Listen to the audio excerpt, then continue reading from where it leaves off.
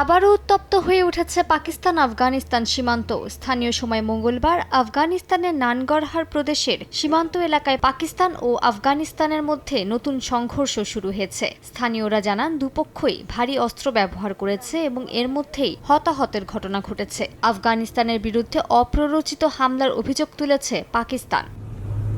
পাকিস্তানের একটি পুলিশের গাড়িতে সন্ত্রাসী হামলা হয়েছে। এ ঘটনায় বেশ কয়েকজন নিহত হয়েছেন। দেশটির খাইবার পাখতুনখোয়া প্রদেশের কোহাট জেলায় এই ঘটনা ঘটেছে। পুলিশ জানিয়েছে সন্ত্রাসীরা হঠাৎ করে পুলিশ মোবাইল ভ্যান লক্ষ্য করে গুলি চালায়। পাকিস্তানের স্বরাষ্ট্রমন্ত্রী মোহসিন নাকভি এই হামলার তীব্র নিন্দা জানিয়েছেন। বলেন, শহীদরা জাতির ভবিষ্যতের জন্য নিজেদের জীবন উৎসর্গ করেছেন এবং তাদের এই ত্যাগ চিরস্মরণীয় হয়ে থাকবে। এই হামলার পিছনে ফিতনা আল খাওয়ারিজ গোষ্ঠী দায়ী বলে দাবি করেন তিনি।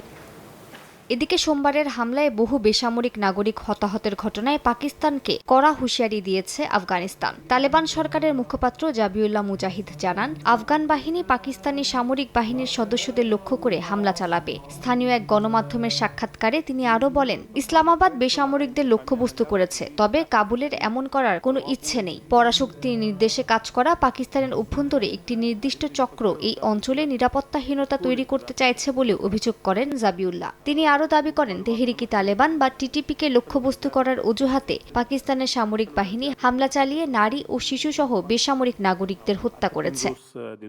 আফগানিস্তানের সঙ্গে চলমান উত্তেজনা নিয়ে পাকিস্তানের প্রধানমন্ত্রী শাহবাজ শরীফ কাতারের উপপ্রধানমন্ত্রীর সঙ্গে দোহায় বৈঠকে আঞ্চলিক শান্তি, সংলাপ ও পারস্পরিক বোঝাপড়ার গুরুত্ব উল্লেখ করেছেন। দুই পক্ষই সীমান্ত সংলাপ এবং উত্তেজনা কমানোর মাধ্যমে স্থিতিশীলতা রক্ষায় সম্মত হয়েছে। মালিহা সুহুরওয়ার্দী, সময় সংবাদ।